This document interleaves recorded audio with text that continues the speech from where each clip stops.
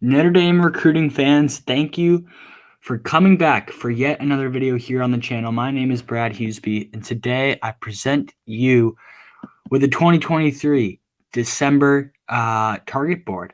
We're going through quarterback, running back, wide receiver, tight end, and the offensive line in this video. I'll be back with the defensive line, defensive tackles, linebackers, corners, safeties video. The defensive side of the ball, probably tomorrow, maybe Monday, as I'm filming this Saturday, December 18th.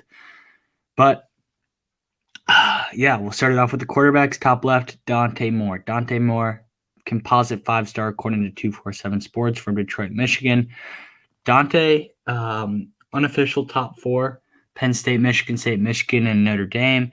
I think Notre Dame is probably trailing Michigan just by a hair. I think Michigan has a slight lead right now, but that could all change. That could all very well change. Loves Tommy Rees. Loves South Bend. Carnell Tate. Would not call them a package deal by any stance, but they're friends. They're buddies, and they talk, so that's something to watch out for.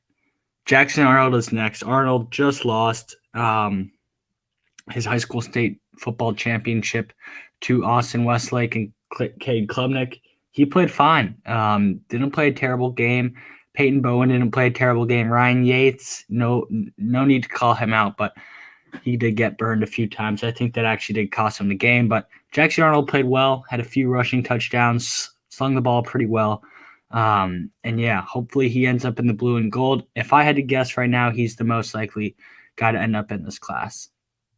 Christopher Razina is next from Alabama. I think this is Clemson, Notre Dame. If Bama offers, Bama enters that top 3. But right now it's Clemson, Notre Dame. Clemson, I expect, will take one quarterback in the 2023 class. They're hoping for that to be Arch Manning. Bama, same thing. They're hoping for Arch, but they're also looking quite good for Nico Iamaleava. So the quarterback dominoes will, of course, fall as they do year in and year out. And Vizina loves Notre Dame. He's a Catholic school kid. Actually made his way back up to campus just last weekend. He enjoyed his time.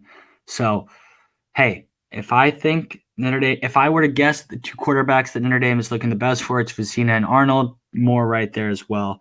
I would not be shocked if Notre Dame takes 2 quarterbacks in this class. Avery Johnson is next. I don't think he's going to end up donning the blue and gold. Just not sold on him as a passer. Very athletic kid, great dual sport athlete, but I just don't think he's as good as Arnold, Vizina, Moore, or Iamaleava. Nico Iamaleava is the last guy. I think Oregon, USC, Tennessee, Bama, Georgia, ND. It's probably unofficial top 5. I don't think Notre Dame ends up winning this one, though. There are some behind-the-scenes things that were happening why Notre Dame couldn't really get involved.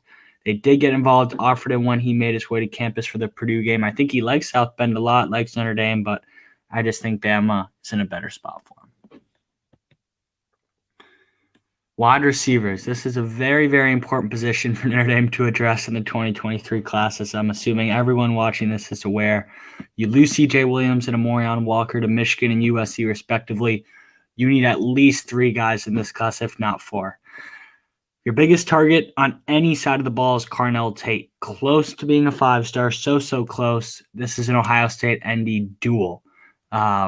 This is one that will be one of the highlights of the whole recruiting cycle. And this will be one that Notre Dame fans will remember for the better or the worse. I think Notre Dame leads by the slightest of margins right now, but it's very, very early to tell. He's going to take his officials in a few months and then go from there. I think he commits before his senior season, though. But I would say this, regardless of where he commits, I don't think you can really call it done until he signs that national letter of intent in December. Jalen Brown is next. High 4-star from the South Florida area. Teammates with current 4-star running back commit Cedric Urban, who I'll talk about in a second. But Brown, I have the top 4 being Miami, Florida State, Michigan, Notre Dame. I think Notre Dame is probably in 4th. My pick is in for Miami. Guys, don't take these picks all too serious, but Southern Florida kid, I think he definitely liked the Mario Cristobal hire. It's a new energy down there in Coral Gables. Florida State, he really has enjoyed his time there. Went back up for a game, was there for the Notre Dame game, so he went to 2 games at Florida State. He made it up to Michigan for the Washington game under the lights, and then did not make it up to Notre Dame, which was a blow. I'll be real, but Notre Dame's really trying to get him on campus sometime this winter or spring. Kyler Casper is next. This is a kid who's from Illinois. His father played ball for the Hawkeyes and the Cardinals. Casper, good friends with Tyler Morris, 4-star Michigan wide receiver commit. Caden Cobb, 3-star Ball State quarterback commit. And this dude is just connected in the scene. Tyler Morris or Caden Cobb, who was an early quarterback target for the Irish, but more Tyler Morris, who was a big target, especially towards the end of his recruitment. If Morris would have ended up at Notre Dame, that would have been huge. That would have been really, really big. But he did not. He ended up in Michigan. He signed his national letter of intent a few days ago. He's locked in, whatever. But still, Tommy Rees needs to work here. Iowa, he made it up there for, I believe, 2 games this fall. Is close with Xavier Nwankpa, current, a guy who just signed with Iowa. We all know that. And we'll see what happens, but I like Iowa right now. Noah Rogers next, high 4-star guy. I don't like Notre Dame to land him, but still have him on this board. I think he wants to stay close to home, stay on the East Coast. That's why I have North Carolina currently as my pick. Malik Elzy is next. This is a kid who I do think Notre Dame lands for, and I do think he has a committable offer. I can't say that with 100% certainty, but I do believe that. Elzy emerges as a top target now when you miss out on some of these other guys in the class of 2022, because these scholarship numbers, they don't change.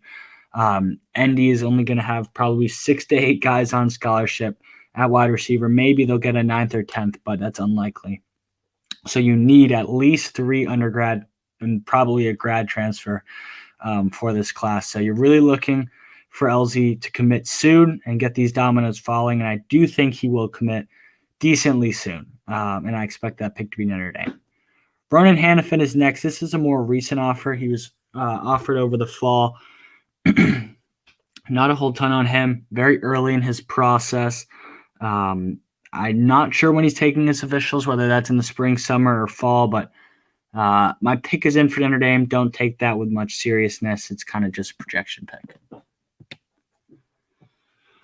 Running back is next. Quick note, Caden Fee, I do not believe is a take right now. Yes, a top 160 player according to Rivals is not a take. Pretty incredible, but I think he's going to end up at Iowa, Wisconsin, Michigan, or Illinois. Notre Dame's just a step above those schools, let's be honest. But Jaden Lamar and Justice Haynes are both takes and both top of the country guys.